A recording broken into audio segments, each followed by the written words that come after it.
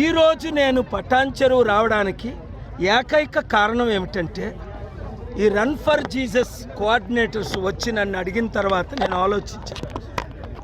ప్రపంచంలో శాంతి కొరవైంది, దేశంలో శాంతి కొరవైంది, రాష్ట్రంలో శాంతి కొరవైంది.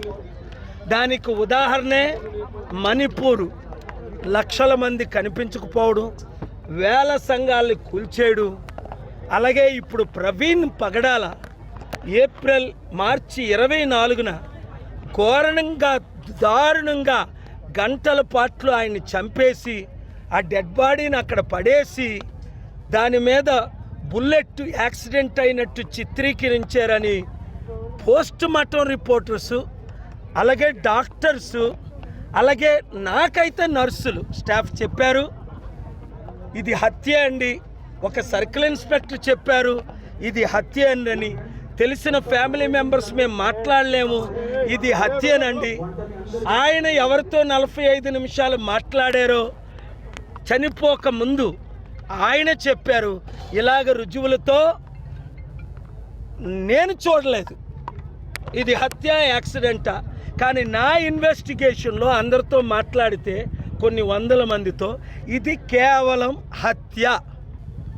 ఎవరు చేయించారో కూడా ఒకరు 2 ఫోటోలు కూడా రిలీజ్ చేశారు. పోలీసుల్ని ఇన్వెస్టిగేట్ చేయమంటే హత్య కోణంగా ఇది యాక్సిడెంట్గానే చూపించమని పైనుంచి ఒత్తిడి వచ్చిందని పోలీసులు ఇట్లా చేశారని మాకు ఫోన్ కాళ్ళు వచ్చాయి, ఒత్తిడి వచ్చిందని.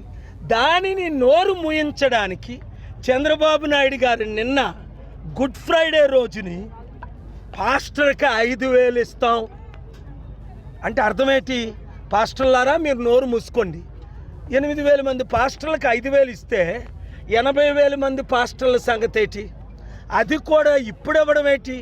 ప్రవీణ హత్య తర్వాత హైందవులు వేల మంది ప్రీస్టులు ఉన్నారు, వారికి ఇవ్వకపోవడం ఏంటి? మహమ్మదీయులకు మొలనాస్ ఉన్నారు, వారికి ఇవ్వకపోవడం ఏంటి? ట్యాక్స్ పేర్లు డబ్బు దుర్వినియోగం చేస్తూ వేలు లక్షల కోట్లు ఈ రాజకీయ నాయకులు సంపాదించుకుంటూ దేశాన్ని రాష్ట్రాన్ని ఇప్పుడున్న ప్రధాన పార్టీలు 7 సర్వనాశనం చేయబట్టే ప్రజాశాంతి పార్టీ పెట్టాము. ప్రజల కొరకు, నీతి కొరకు, నిజాయితీ కొరకు, న్యాయం కొరకు, అభివృద్ధి కొరకు, కంపెనీలు తేవడం కొరకు, లక్షల ఉద్యోగాలు ఇవ్వడం కొరకు, రైతుల కొరకు, ఉద్యోగుల కొరకు, చివరికి జడ్జిల మీద కూడా ఒత్తిడి వస్తుందని కొంతమంది జడ్జిలు నాకు చెప్పారు. ఇలాగ జడ్జిమెంట్ ఇవ్వండి అని 2 జడ్జిలు నాకు చెప్పారు. రిటైర్డ్ జడ్జిలు కాదు, సిట్టింగ్ జడ్జిలు. ఎంత మీడియా ఓనర్స్కి ఒత్తిడి వస్తుంది, అరే కేఏ పాల్ మాట్లాడిన మాటలు మీరు వేయకండి అని.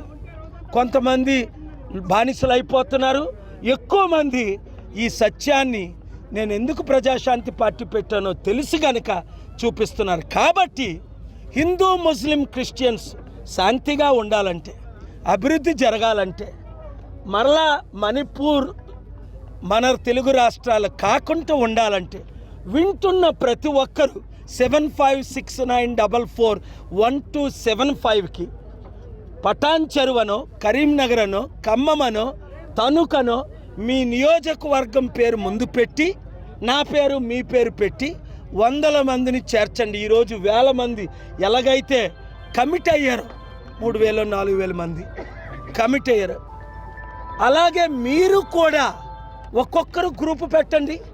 అభివృద్ధి చేసే పని నాది. మోదీ గారికి తెలుసు, చంద్రబాబు నాయుడికి తెలుసు, రేవంత్ రెడ్డి తమ్ముడికి తెలుసు, కేసీఆర్కి తెలుసు, జగన్కి తెలుసు.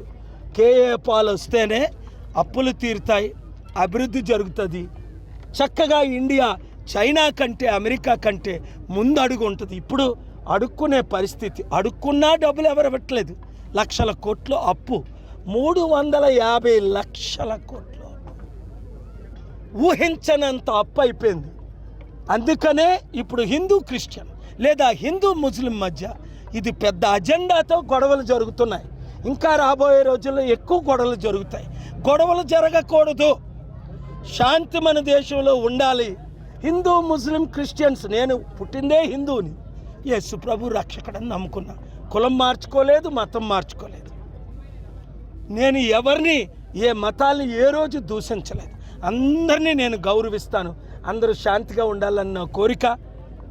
God bless you. Thank you very much.